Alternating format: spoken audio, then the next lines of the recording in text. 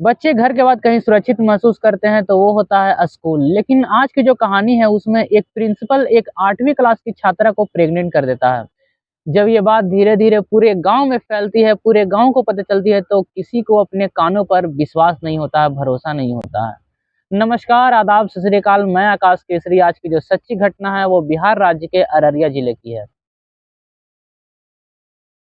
अररिया जिले का एक थाना है महलगाँव। इसी थाने क्षेत्र के अंदर एक गाँव है जिसमें एक 8वीं कक्षा तक के स्कूल है। 29 जून की सुबह वहाँ के जो प्रिंसिपल होते हैं वो गाँव के ही एक व्यक्ति को फ़ोन करते हैं और कहते हैं कि अपनी बेटी को भेज दीजिए स्कूल में, उसके लिए छात्रवृत्ति आया है। वो बाप अपनी बेटी को बेफ़िक्र होकर स्कूल भेज देता है, क्योंकि वो जो प्रिंसिपल होते हैं अमूमन इसी तरह से बच्चों को फ़ोन करके बुलाते हैं। जब वो लड़की स्कूल जाती है तो प्रिंसिपल उसे छत के ऊपर लेकर के जाते हैं और एक कमरे में लेकर के जाते हैं और उसके सारे कपड़े उतार देते हैं और उसके साथ वो घिनौना काम करते हैं, उसके साथ वो बलात्कार करते हैं। लेकिन 29 जून जो आज का जो दिन था वो कई मायनों में अलग था। जब लड़की अपने घर से निकल रही होती है तब गाँव के ही एक लड़का उस लड़की का पीछा करते-करते वह स्कूल तक पहुँच जाता है और वह स्कूल के उस कमरे तक पहुँच जाता है जहाँ वो प्रिंसिपल उस बच्ची के साथ घिनौनी हरकत कर रहा था, बलात्कार कर रहा था। जब वो बच्चा ये सब सारी बातें देखता है तो वो ज़ोर-ज़ोर से चीखने लगता है, चिल्लाने लगता है।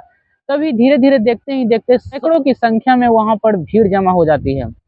गाँव की ये बात थी तो अगले दिन पंचायत बैठाई जाती है और पहली जो पंचायत बैठती है उसमें कोई फैसला नहीं लिया जाता है।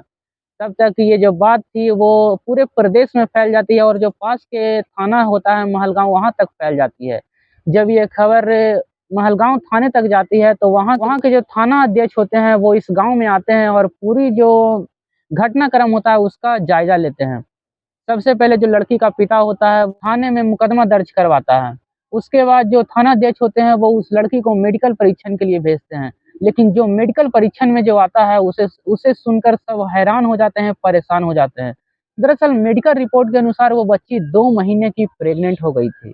यहाँ तक तो ये साफ था कि उसके साथ जो भी घिनौना कृत्य हुआ था ये पहली बार नहीं हुआ था, बल्कि पहले भी हो रहा था। जब थाना अध्यक्ष उस लड़की से पूछताछ करते हैं तो वो लड़की कहती है कि ऐसे ही मेरे पापा को फ़ोन करके वो प्रिंसिपल मुझे 3 महीने पहले बुलाए थे और वो स्कूल के उसी छत के ऊपर एक कमरे में हमको ले गए थे और उसके बाद से मेरा बलात्कार किए, मेरा रेप किए। उसके बाद से वो कहने लगे कि अगर तुम ये बात किसी को बताओगी तो मैं ये जो वीडियो है, ये मैं सबको दिखा दूँगा, सबको वायरल कर दूँगा। लड़की डरी रहती है, लड़की शांत रहती है और किसी को कुछ नहीं बताती है। और उस प्रिंसिपल को जब मन करता था तब उस लड़की से रेप करता था, बलात्कार करता था। फिलहाल 29 जून को वो लड़का पीछे जाता है उस लड़की को और सारा राज खुल जाता है। अगर वो लड़का उस दिन नहीं जाता तो शायद ये सिलसिला आज तक चलते ही रहता और वो लड़की के आगे पता नहीं क्या से क्या होता।